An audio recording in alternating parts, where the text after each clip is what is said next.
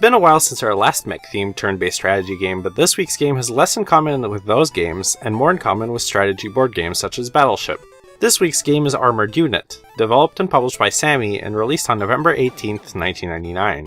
In Armored Unit story mode, you get to choose between different classes of mech suits, each with their own set of weapons and base statistics, and then run through a set of 16 missions. More classes can be unlocked throughout the game, adding to the replay value. Where Armored Unit differs from other games in the genre is its rather limited visibility.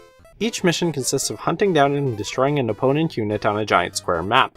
But you can't tell where your opponent is on the map without being directly adjacent to them or having a powerful enough sonar upgrade to be able to sniff them out at a distance.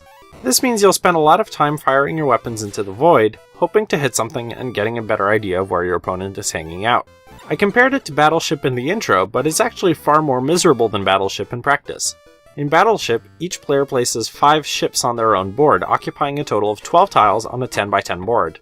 This means that at the start of the game, you have a 12% chance of hitting a tile that's occupied by a ship.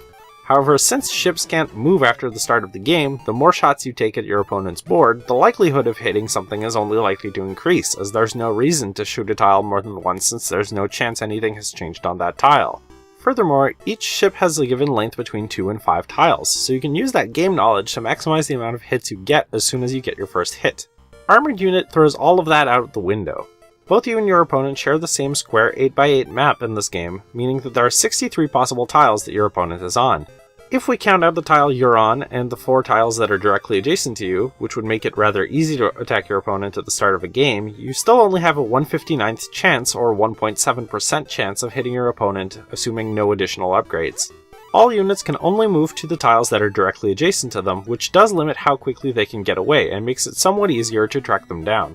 However, unlike Battleship, each unit takes multiple shots to take down, usually somewhere between 2 and 7 shots. Does this sound fun to you? Between each mission you are treated to a short cutscene and are given the option to upgrade and modify your mech suit's weapons and upgrades, which will gradually make the game less of a slog, but fundamentally nothing else about the game is going to change. However, one note that may stand out to English speakers is that all of the menus in this game are in English, and only the story cutscenes are in Japanese. That's great if for some reason you feel like playing this, but you probably shouldn't.